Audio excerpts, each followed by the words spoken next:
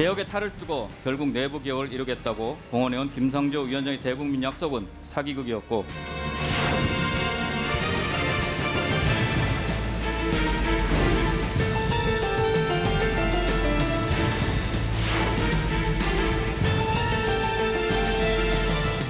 동안 몰아치기 국감으로 해야 되다 보니까요. 주목성을 중시해서 뽑다 보니 큰 의미가 없는 것들만 부각이 되는 맹탕 국감이 되는데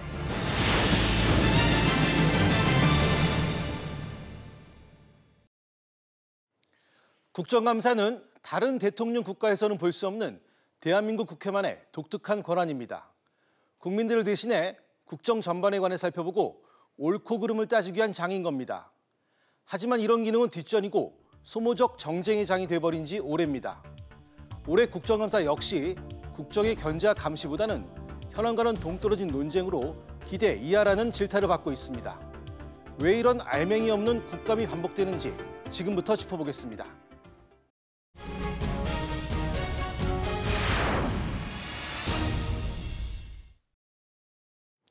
문재인 정부 2기 성적표를 매기는 올해 국정감사에서 주목받는 정부 부처 중 한 곳이 바로 경제검찰 공정거래위원회입니다. 재벌개혁과 불공정 관행 개선 등 공정경제를 진두지휘하느라 갈 길이 바쁜데요. 하지만 내부 개혁을 둘러싼 갈등으로 공정위 국감장은 수장, 성토장이 됐다는 평가입니다. 먼저 준비된 영상부터 확인해 보겠습니다. 지난 8월 공정위 퇴직 간부들의 재취업 비리 조사가 시작되자 김상조 위원장은 고개를 숙이고 내부 개혁을 약속했습니다. 하지만 공정위 국정감사에서 김 위원장이 오히려 기업인들과의 면담을 금지하는 등의 내부 개혁을 방해했다는 증언이 나왔습니다.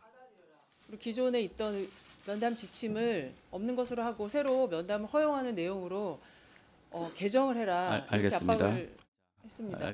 폐지 시도가 있다고 저는 판단합니다. 개혁의 탈을 쓰고 결국 내부 개혁을 이루겠다고 공언해온 김상조 위원장의 대국민 약속은 사기극이었고 내부 개혁쇼였던 것입니다. 불법 재취업 의혹으로 검찰 조사를 받고 있는 지철호 부위원장을 업무에서 배제시킨 것은 직권남용이라는 지적도 나왔습니다.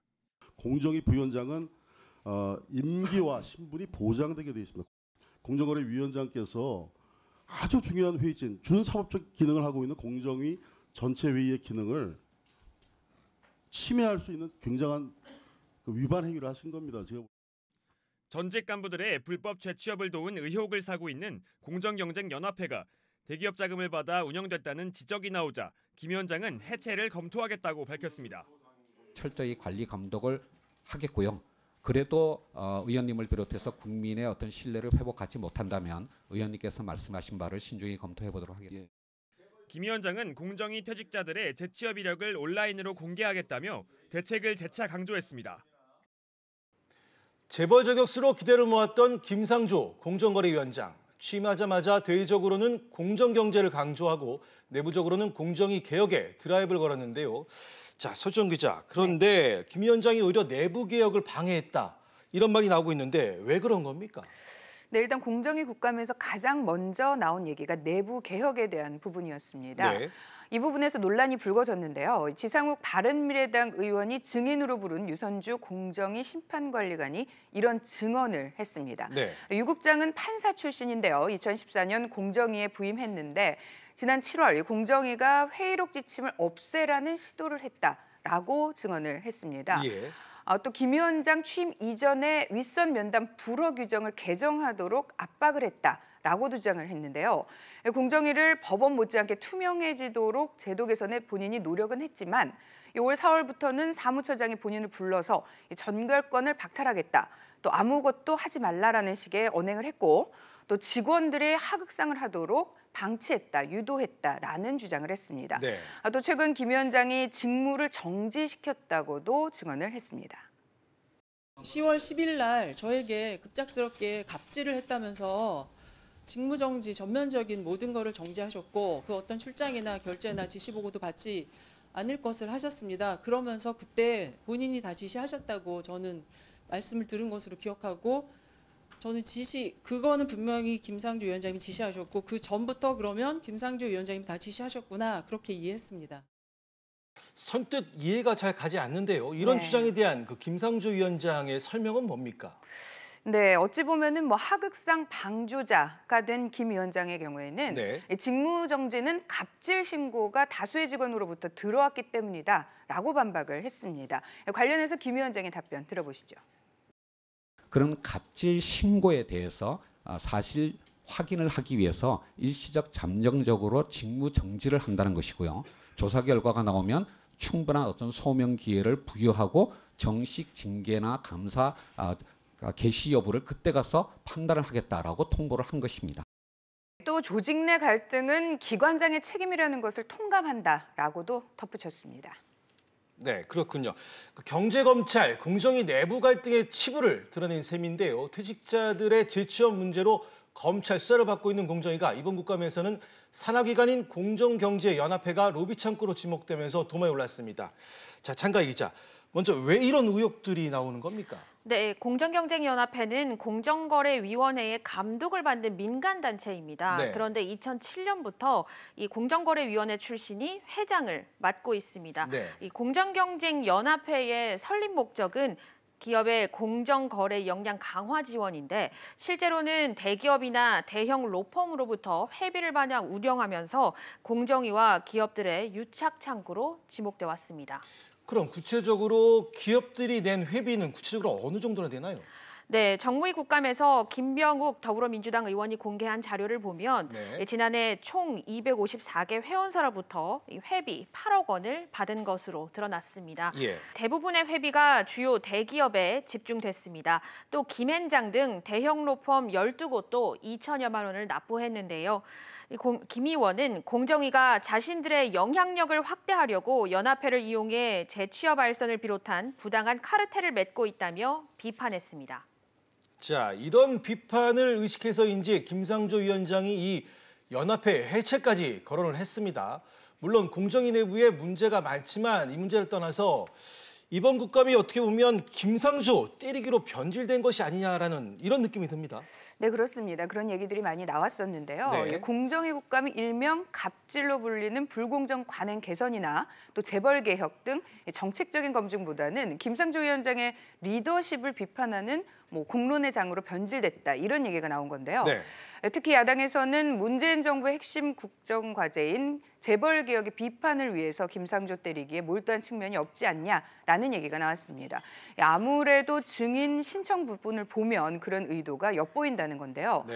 물론 공정의 과감한 개혁이 필요하다는 점에는 많은 공감을 사고 있지만 정책적인 부분이 배제된 내부 갈등 등이 훨씬 더 부각되는 모습이었습니다. 그래서 여당은 김 위원장에게 해명의 기회를 주자 또 야당은 몰아붙이기에 나서면서 국감이 중단되는 파행이 일어나기도 한 거죠.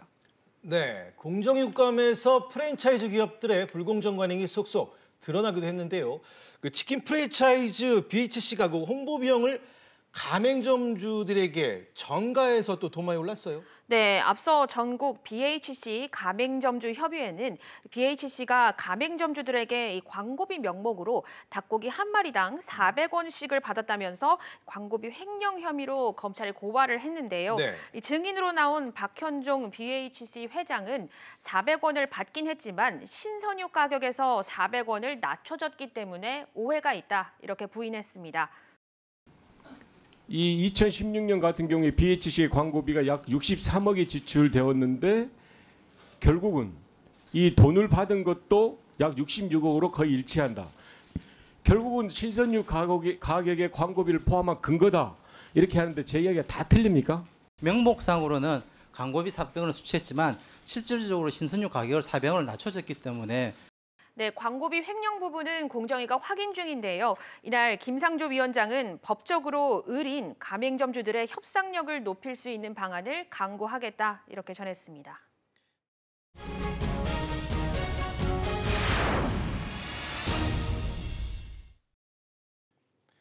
올해도 여야가 정책 국감을 다짐했지만 묻지마 증인 신청과 여전한 보여주기식 그리고 전문성이 결여됐다는 지적이 많습니다.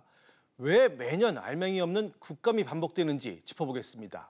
본격적인 얘기에 앞서서 올해도 어김없이 등장한 눈길 끌기 진풍경부터 확인해 보겠습니다.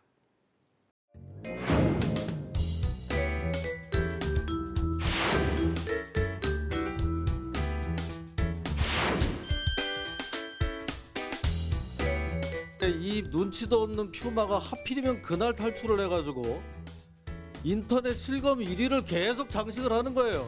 그러니까 NSC가 소집이 됐어요. 네, 안 열렸습니다. 제가 멤버입니다. 마취총을 한번 쐈는데도 안 죽으니까 바로 이제 사살을 한 거예요. 좀 불쌍하지 않습니까, 저 퓨마? 사살을 하지 않고 울타리를 넘어서 인근 주민의 피해를 끼쳤으면은 과연 정부를 얼마나 비난을 했을까, 저는 그게 더 우려스러웠습니다.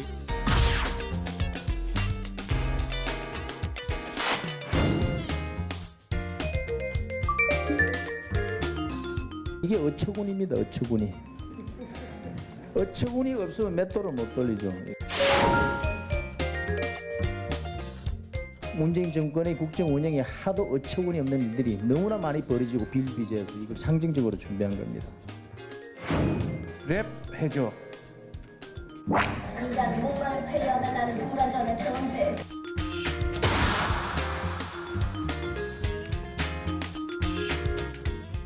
저 하웨이가 사기가 때 들어왔죠.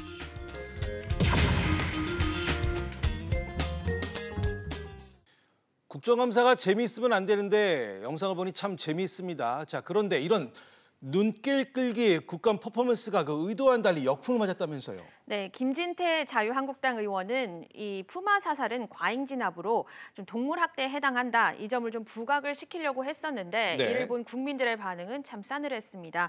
인터넷에서는 국감이 썩었으냐, 고양이 학대라는 비난 여론이 들끓었고요. 네. 이 문재인 정부 비판, 맷돌 퍼포먼스에도 보여주기식 이벤트를 꼬집는 댓글이 줄을 이었습니다. 네. 여기에 4세대 통신 4G를 4GB로 읽은 것에 대해선 준비도 안 한 수준 미달이라며 이를 꼬집었습니다. 그렇군요. 올해는 재벌 총수 증인은 줄었지만 그 전체적인 기업인 증인들은 더 늘어난 것 같습니다. 네, 맞습니다. 정확히 보셨는데요. 일단은 연대별 기업인 국감 증인 수를 좀 살펴보면 지난 2000년 이후 국감에서 기업인 증인 수가 평균 16대에 60명, 17대에 46명, 그리고 18대에는 57명, 19대 국회에서는 145명, 20대에서는 133명 수준인데요. 예. 국감 시즌마다 도마에 올랐던 대기업 총수의 줄 소화는 올해 많이 줄었습니다만 대표이사급은 지난해보다 2배 이상 늘어난 100여 명 수준이 됐습니다. 네. 총수급 출석으로 주목을 받았던 상임위는 농림축산식품해양수산위원회인데요. 농해수위 소속 야당 의원들은 남북 정상회담에 특별 수행원장으로 참석을 했던 삼성의 이재용 부회장과 최태원 SK그룹 회장, 또 구광모 LG그룹 회장 등을 증인으로 불러서 남북 경제 협력 문제를 질의하려고 했습니다. 임업협력 관련 논의가 이뤄졌다는 이유에서인데 불필요하다는 여당의 반발에 부딪혀 대표이사급으로 낮춰졌습니다. 그렇군요. 올해도 기업인 증인은 줄어들지 않았다고 하는데 사실 그동안 묻지마 증인 채택은 국감의 문제점으로 지적되어 왔습니다. 이런 문제점을 막기 위해 지난해부터 국회가 증인 신청 실명제를 도입했는데요. 그런데 효과를 두고 말이 많습니다. 네, 지난해 국회가 국정감사 증인을 채택할 때 신청자의 이름을 공개하도록 증인 신청 실명제를 처음 도입했는데요. 예. 하지만 벌써부터 유명무실해졌다는 지적이 일고 있습니다. 특정 증인을 어느 의원이 불렀는지를 공개하는 것이 의무사항은 아니기 때문입니다. 네. 전문가의 발언을 들어보시겠습니다. 의원이 실명이 확인이 돼서 그것이 국회에 공개가 될 경우에는 국회의원의 일종의 작은 기득권이 깨져버리잖아요. 여야가 신청한 명단을 국회 홈페이지에다가 공개를 하지 않으면은 증인이 의결이 안 되게 돼요. 상임위에서 의결이 안 되게 하면 돼요. 여기서 궁금한 것이요. 실제 증인으로 채택돼도 출석률이 저조한데 증인으로 안 나가도 문제가 없는 겁니까? 네, 증인이 정당한 이유가 있다면 불출석 사유서를 제출을 하고 출석하지 않아도 됩니다. 예. 많은 사람들이 해외 출장, 수사 또는 재판 중이라는 이유로 출석 요구에 응하지 않았는데요. 예. 국회가 증인으로 불러놓고 질문을 하지 않거나 망신주기식이 많다 보니 피하고 보겠다는 겁니다. 하지만 정당한 사유 없이 불출석할 경우 국회가 고발할 수 있는데요. 실제 법원에서 유죄 판결을 받아도 대부분 벌금형의 가벼운 처벌이기 때문에 증인 출석률이 낮은 원인이 되고 있습니다. 그렇군요. 증인으로 나가서 곤혹을 치르느니 차라리 벌금을 내고 말자 이런 분위기가 강한 것 같습니다. 그런데 불려나온 증인들의 무성의한 답변도 알맹이 없는 국감이라는 지적이 많은데 서 기자, 올해 IT 글로벌 기업들의 한국법인 대표들이 많이 국감 증인으로 나갔단 말이에요. 근데 이들의 그 무성의한 답변 태도도 지금 도마에 오르고 있습니다. 그렇습니다. 최근 구글세 논란으로 많은 분들이 알고 계시듯이 해외 기업들이 국내에서 막대한 돈을 벌어들이면서 법인세를 제대로 내지 않아서 오히려 국내 기업과의 역차별이 아니냐라는 문제가 제기됐는데요. 과학기술정보방송통신위원회 국감에서 데미안 야오 페이스북 코리아 대표이사 또 존 리 구글 코리아 사장이 이런 이유로 증언대에 섰습니다. 하지만 이들은 의원들의 질문 공세도 하나같이 모른다, 미안하다라는 답변으로 일관을 했는데요. 잠시 들어보시죠. I apologize. I am not able to disclose sensitive, confidential, country-based revenue information. I'm sorry, I'm not able to answer that question because I really don't know. 네, 이날 존 리 대표는 구글의 세금 회피, 또 망 사용료 논란, 가짜 뉴스 방치 등 의원들의 가진 질문에 성의 없는 답변으로 일관해서 가장 많은 질타를 받았는데요. 이 관련해서 노웅래 과방위원장의 얘기를 한번 들어보겠습니다. 매출액 모르겠다, 수익도 모르겠다, 그리고 어떻게 세금이 잡히는지도 모르겠다. 이거는 굉장히 무책임하고요. 예? 이거는 있을 수 없는 얘기라고. 이건 글로벌 기업의 태도가 아닙니다. 이건 약탈적 기업의 태도고요. 네, 그리고 카카오 김범수 회장도 올해 처음으로 국감에 출석을 했는데 이분은 왜 나가신 겁니까? 네, 일단 국감장을 가장 뜨겁게 달군 증인 중에 한 명이었습니다. 김범수 카카오 의장은 아무래도 대다수의 출석 통보를 받은 증인들이 불출석했기 때문에 그 출석만으로도 굉장히 눈길을 끌었는데요. 드루킹 댓글 조작 사건을 재정화하려는 자유한국당 의원들이 김 의장을 밤늦도록 압박하는 모습을 보였습니다. 매크로를 이용한 어떤 조작에 대해서는 제 생각에도 좀 안타까운 생각이 들고요. 그러나 앞으로 고칠 거죠? 다음도 역시 그 부분에 대한 보완을 위해서 꽤 많은 노력을 해오고 있습니다. 앞으로 고칠 거죠? 예, 지금도 고치고 있습니다. 한편 드루킹 사건의 당사자는 네이버인데 같은 포털이란 이유로 사과를 요구하거나 또 주제와 무관한 도박 관련 개인적인 질의도 이어졌었고요. 카카오의 항공권 예약 서비스 등 골목 상권 침해 문제, 카카오 택시 승객 골라 태우기 문제, 또 가짜 뉴스 개선 문제 등 다양한 얘기가 오갔습니다.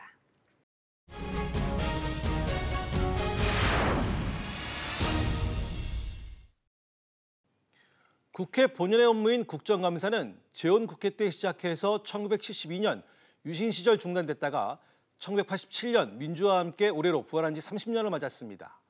하지만 국정감사철이 돌아오면 고개를 드는 것이 바로 국감 무용론인데요. 국민을 대표해서 국가 정책을 감시하는 본연의 취지는 온데간데 없고 오히려 국민에게 외면을 받고 있습니다. 국감이 실효성을 얻으려면 어떤 대책이 필요한지 얘기 나눠보겠습니다. 자, 장가희 기자. 매년 정책 국감을 기대하지만 기대 이하라는 부정적인 평가가 다수입니다.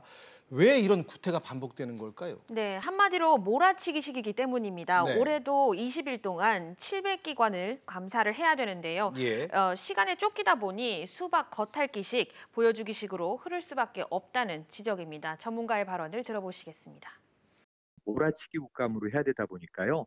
자료는 많이 쌓아놓고 이 중에 정말 언론의 스포트라이트를 받을 수 있는 것만 주목성을 중시해서 뽑다 보니 큰 의미가 없는 것들만 부각이 되는 정책 국감과는 거리가 점점 멀어지고 있는 것 같습니다. 네, 또 의원들의 질타에도 이번만 넘기면 된다는 식의 피감기관의 소극적인 태도도 맹탕 국감, 알맹이 없는 국감의 원인으로 지적되고 있습니다. 그렇군요. 사실 국감철이면 재벌 총수들을 불러놓고 시간 낭비를 하는 폐해를 없애려면 상시국감을 도입해야 된다는 목소리가 높습니다. 자, 서주원 기자, 4년 전 여야가 상시국감 도입을 약속을 했었는데 합의를 했었죠. 이게 잘 안 됐습니다. 그렇습니다. 2014년인데요. 이 여야가 상시국감의 전 단계 형태로 정기국회 전과 정기국회 기간으로 분리해서 2번을 실시하겠다라고 했었습니다. 임시국회에서 규칙까지 개정하고 구체적인 일정까지 합의를 했지만 흐지부지 됐고요. 이후로도 꾸준한 논의가 계속되다가 지난해에도 우선 나눠서 하기로 했다가 무산이 됐습니다. 적어도 국감은 이 국가의 국정을 돌보는 일이기 때문에 건드리지 말자라는 신사협정이 있어야 하는데 국감을 볼모로 과열되게 다투는 구태의연한 정치 감각의 문제가 아닌가 생각이 됩니다. 자, 이제는 국회가 결단을 내려야 될 것 같은데 이런 맹탕 국감 막을 방법은 없는 겁니까? 네, 아무래도 한꺼번에 몰아치기식이 문제가 되다 보니까 아예 기간을 나누거나 아니면 사안별로 진행하는 것이 정책감사의 대안으로 제시가 되고 있습니다. 예. 전문가의 발언 들어보시겠습니다. 시간적으로는 연중상시로 바꾸면서 상임위 내에 필요한 것은 소위에서 더 깊이 있는 국정감사를 한다. 그리고 또 매년 들여다보지 않아야 될 만한 아주 루틴한 것들은 조금 기간을 경년 내지는 3년제로 조정을 한다. 이런 방식으로 도입할 수 있는 아이디어 많고요. 그리고 또 하나가 바로 기업인들을 무더기로 증인 신청하는 건데 올해도 증인 신청의 절반 이상이 기업인입니다. 국정을 감사하는 것이 아니라 기업을 감사하는 것 같다는 볼멘 소리가 나오기도 하는데요. 자, 서 기자, 이슈가 있으니까 그렇겠지만 왜 이렇게 국감 때문에 유독 기업인들을 무더기로 부르는 겁니까?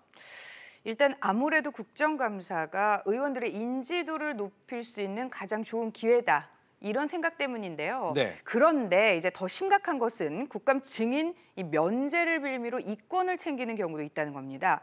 기업인을 불러다가 본인 지역구에 투자하라거나 또 채용을 늘리라는 등 이 민원 해결의 장으로 10분 활용하는 유형도 있었습니다. 예.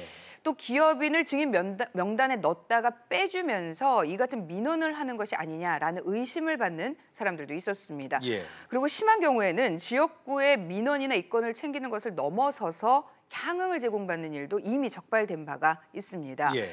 이 왜 매년 국정감사 때면 기업인들이 줄줄이 호출돼서 무리를 빚는지 또 증인 채택을 둘러싸고 여야 간 의원들 간의 신경전이 치열하게 벌어지는지 그 속사정을 보여주는 대목입니다.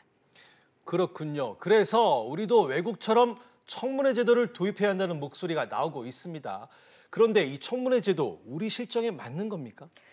사실 국감에서 기업인 증인을 장시간 세워두거나 무의미한 질문이 반복될 때 그동안 자주 거론돼 온 것이 미국 경제인 청문회인데요. 이런 청문회가 가능한 것은 제도 자체가 탄탄하기 때문입니다. 네.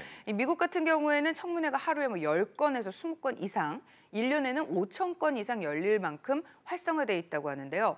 우리나라처럼 일정 기간에 감사를 하는 제도 없이 상시적으로 청문회가 열리고 또 상임위원회에서 조사가 필요하다고 의결만 하면 청문회를 열 수 있습니다. 그러나 우리는 현실적으로 국회 제적위원 25%의 요구와 본회의 승인이 필요한 국정조사의 형태라 한 번 열기도 쉽지 않은 상황인데요. 이 밖에 또 다른 어려움도 있습니다. 상시 청문회로 국회 권한이 지나치게 강해질 수 있다라는 우려입니다. 네. 기업인들을 오히려 더 무분별하게 증인으로 소환할 수도 있다는 겁니다. 이런 여러 가지 우려에 대한 제도적 보완이 이루어져야만 상시 청문회도 가능할 것으로 보입니다.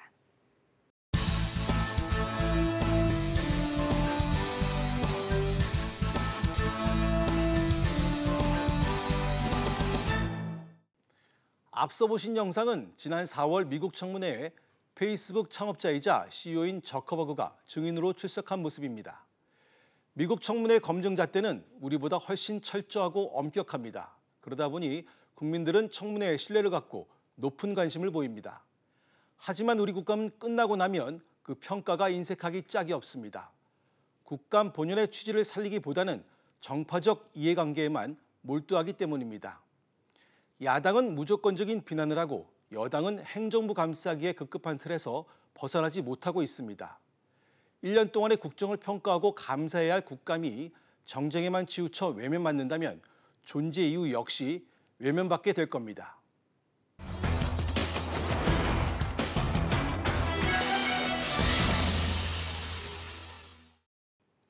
오늘 취재 파일 순서 여기까지입니다. 시청해 주셔서 고맙습니다.